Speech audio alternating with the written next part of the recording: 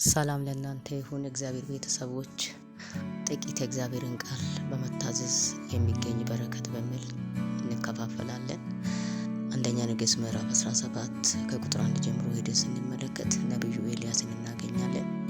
ከስሙ ትርጉም ስንነሳ ኤልያስ የሚለው ትርጉም እግዚአብሔር አምላኬ ነው የሚል ትርጉም ሲኖረው ነብዩ ኤልያስ ንጉሱ አካብና ልጁ አካዝያስ በነበረበት በሰሜኑ ዘመነ መንግስት የነበረ ነብይ ነው። እስራኤላውያንም እግዚአብሔርን በመካድ በክህደት ውስጥ በነበሩበት ዘመን በዓልና እግዚአብሔርን በማምለክ መካከል የነበረ ነብይ ነው።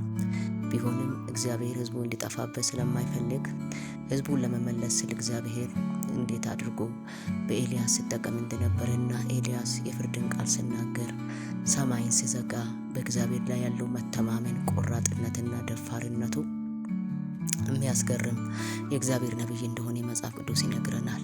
ይሄ የእግዚአብሔር ነብይ ከምንም በላይ ደግሞ የእግዚአብሔርን ሸክም የተሸከመ የራሱ ሸክም ወደ ጎን ጥሎ ነገር ግን የእግዚአብሔርን ሸክም በመሸከም ወደ ኋላ ሳይሆን ወደፊት የተራመደ የእግዚአብሔር ነብይ ነው።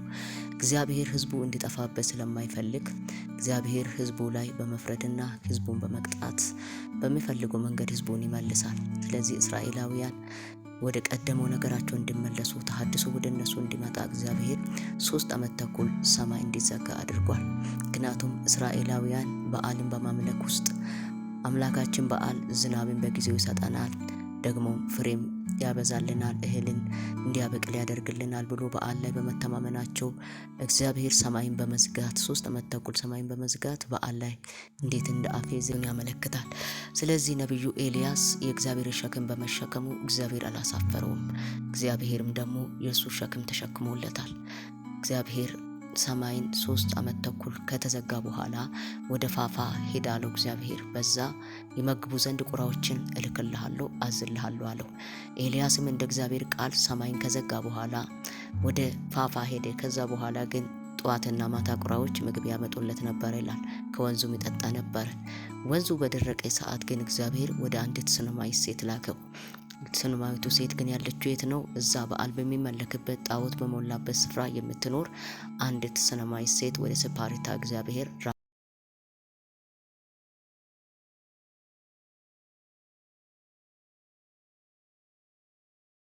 አለ።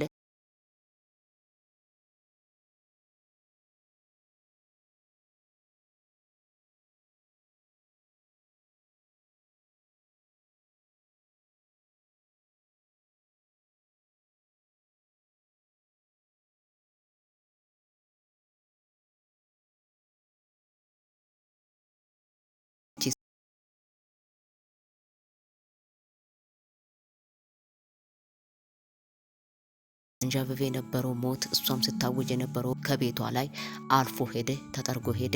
ጭንቅ ነበረ ቤቷ ውስጥ። ከቤቷ ጭንቅ ወጣ በመታዘዝ ውስጥ። ቤቷ ውስጥ ችግር ነበረ፣ በመታዘዟ ውስጥ ችግር ወጣ። ቤቷ ውስጥ የተለያየ ነገሮች ተፈራርቆ ነበረ።